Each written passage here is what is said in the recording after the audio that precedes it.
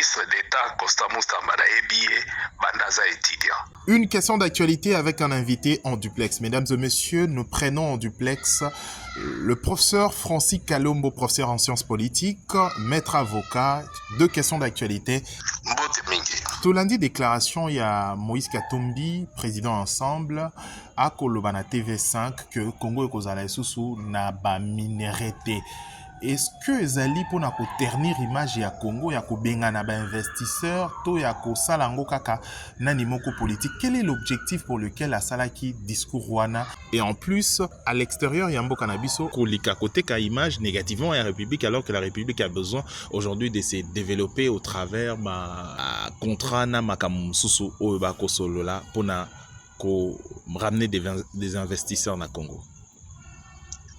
Merci beaucoup, mais je crois que moi, Namboka Moïse Katumbi a coquille jamais en aucun cas à Bébisa le coup Yamboka Congo. À Bunda Katungo midi pourquoi pour le coup Mamboka Congo et Téléma. C'est comme ça que tant à la gouverneur et nous passons la Télémisa le coup Mamboka Congo, la gestion naïe, pesa et même plus à Mo Ibrahim pour la bonne gouvernance et Batbaye Baloba Mingite des deux.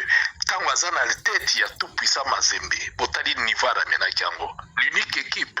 Et bien qui vice-président, vice-champion du monde. Na Makambetali football na l'équipe Yamboka na biso ya Afrique. Donc il faut vraiment koyebake tout ça na muto a télémisala lokuma mboka ko kitisa côté.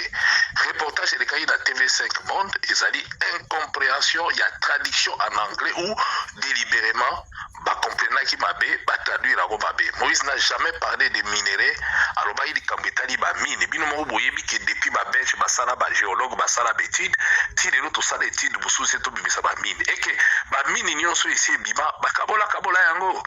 Tobe mingi pesa kana baboka bapaya. Même o etikali bapaya ka mutu bazo salela yango. Donc kolela ya mwana mboka Moïse Katumbi a toujours pour des terrains mboka ako bebisa te. D'ailleurs, l'occasion pour nanga lelo na saluer TV5 Monde. Voilà, ba moni ke basada kerer, ba présenter ki beskise na bango et pas de Moïse Katumbi et nous leur saluons. Voilà la grandeur même ya média et pas na biso mutu ko salir odeur ya mutu.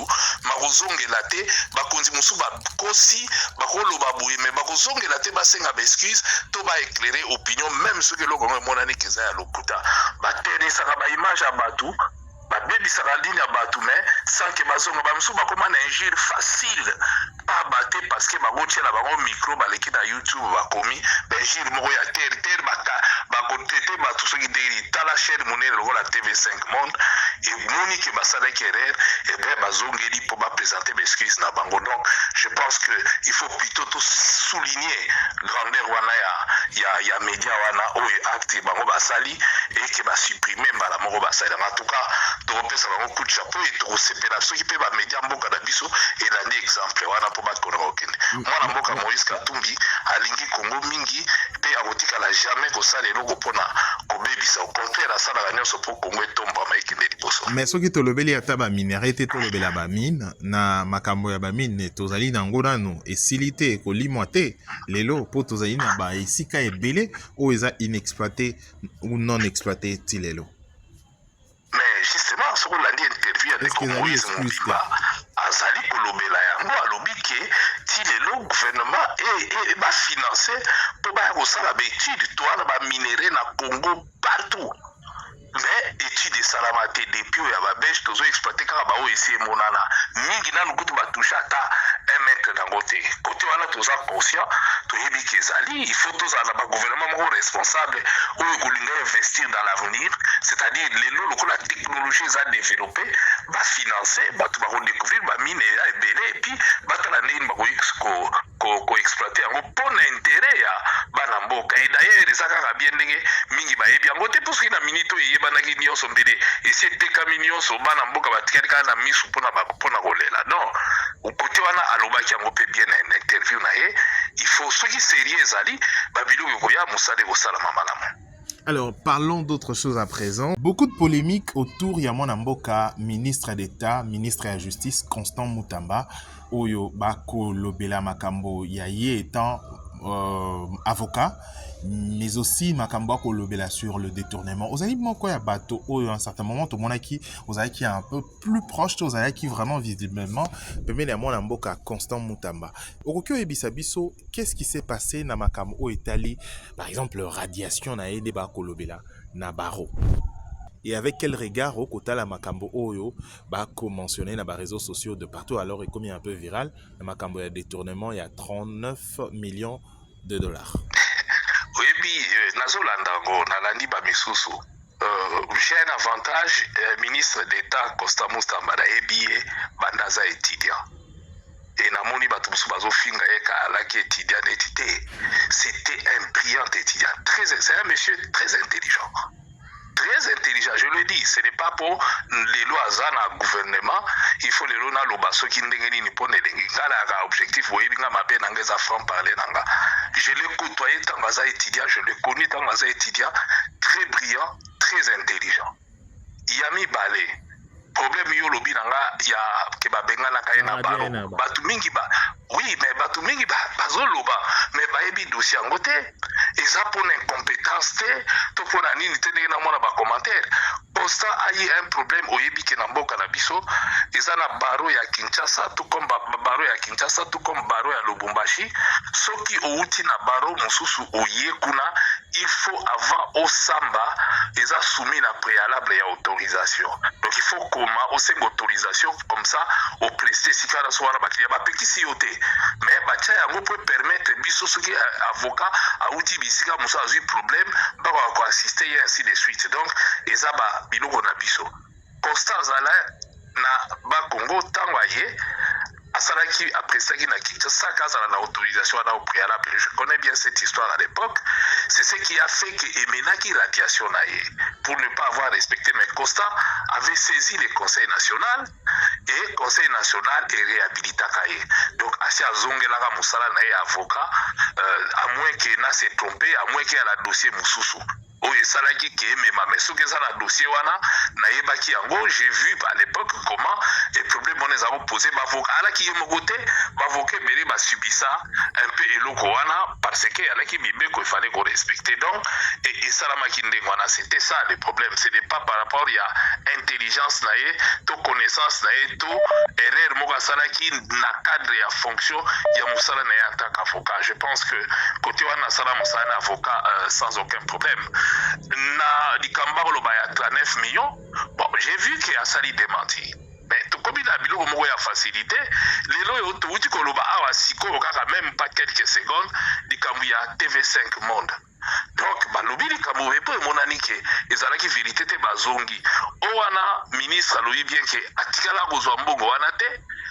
Projet wana pezate balakisa compte mbongo wana ekendaki et que lettre wana ozo circuler eza lettre ya kadiosha ya lokuta. Donc omoni ke biloko wana ezoleka mingi lelo ya internet ndenge komi bako bambelo eloko moko boye oyebi te. Le ministre Azara style naye il énerve déjà ou quoi que ce soit, mais je pense que pour la histoire oyo tel que nazolanda mo ndenge na moneli bon, balobi que ça ya lokuta, lettre ya lokuta, il a démenti nango. Bon, si batu ba la preuve mususu ya sikabaya nango. C'est tout ce qu'on peut leur demander, mais le reste je crois qu'il faut batu ba se calmer na limite que ebela mbongo ndenge wana elekaki ke ministre azwaki yango. Madame Mboka, Honorable Francis Kalombo, aperçu nayo sur ma situation générale ya Mboka na biso actuellement. Ezali nini? En une minute. Non, je crois que Mboka est bien. Une partie en Mboka est occupée. Et puis, comme il y a solution. Et moi, je pense que l'unique solution, c'est par le dialogue. Chaque fois que le Congo a eu des problèmes, ces problèmes ont été résolus par le dialogue. Depuis toujours l'indépendance, depuis Tananarive, moi, j'ai eu la chance, il y a Kokoyala, tant on a moni le président Bassancho, habite depuis 1960. Abanda Koyaya na Congo pour la première fois et les lois zongi sous 65 ans après, toujours pour la même cause où il y a Liboso. Alaka soda ya Nations Unies, ayaka pour la paix, azongi sous pour la paix.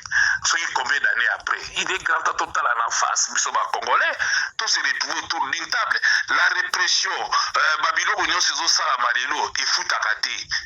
Efutaka te ngai zongisa interview na ngai nyonso soko landi yango komona na sina loba qui pouvait croire lelo que bato ba shadari ba kwa kotambola na balabala bafandi na seko na ko réclamer démocratie local. Et ça j'interpelle ceux qui gèrent aujourd'hui. On les bâtit démocratie, démocratie va sauver et protéger tous ceux qui dirigent aujourd'hui. Mais or, ce qu'on s'est dit, bato bazui chance, l'hôpital ou roue en gopé balukaka.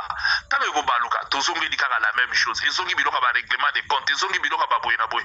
Voilà pourquoi toi que teba. La question que nous devons répondre, serions-nous capables de nous suicider en tant que jouisseurs, ndenge tozomo na ba jouissance Nicolas Kazadezoloba, et de ressusciter en tant que compatriotes. Tout ça, les lamboka nanu. Tout ça, la population. La population a souffrir. Dans la kakayomoko, situation de toi, non, lamboka. Villa qui ça, c'est dindi. Mais donc, pas si n'a pas si, bazo kokelo côté, mais ma bende ba démission d'akate, bazo kokate, bazo fanda. On dirait population boza la ga ndingwana, bonyo kamaga ndingwana, ben non. Donc, à un moment donné, tout à la face, to lingi nini, mboka ngoya biso nyonso. Chacun peut contribuer de l'eau. Tout ça en sorte que dialogue et salama, qui m'y kota, tu vas faire autour d'une table, bayo kadapo, qui m'y kota, mais kota ya malamoko. Na kanisi, aussi au assistant na thèse nangai. Donc, on a proposé yango fait salama, parce que tant que nous n'allons continuer à manipuler l'institution, les Congolais ont réfléchi sur la piste et la solution d'un monopole ou un thème. Tous les belés va chercher et belés va réfléchir. Soit au fin de tour d'une table, bâtir ma proposition qui va appliquer en haut, qui me recompte pendant libérer la mboka la biso peut développer mboka la biso. Pour l'instant, tu vas au salakaka, bisala sala alors. Tant que thérapie est à malamu, tes efficacité, il est au sale mais c'est le dialogue. Oyo basenko bazo proposer pour batutu ba se retrouver oyo ezo salama Union africaine to sengi bango basangisa bana mboka na biso le plus vite possible qui mi ya pour chaque jour batu bazo souffrir batu bazo kufa gestion pe ya babe pour modèle qui ça c'est exagéré les loyo le développement ndegedi et simba il faut rapidement ba stopper ba biloko odioso ba gestionnaire ya bien ba la bato ba travailler pour l'intérêt mboka etambola. Merci, Mwanamboka, Maître Francis Kalombo, professeur en sciences politiques en République démocratique du Congo. Merci. Au revoir. Merci beaucoup.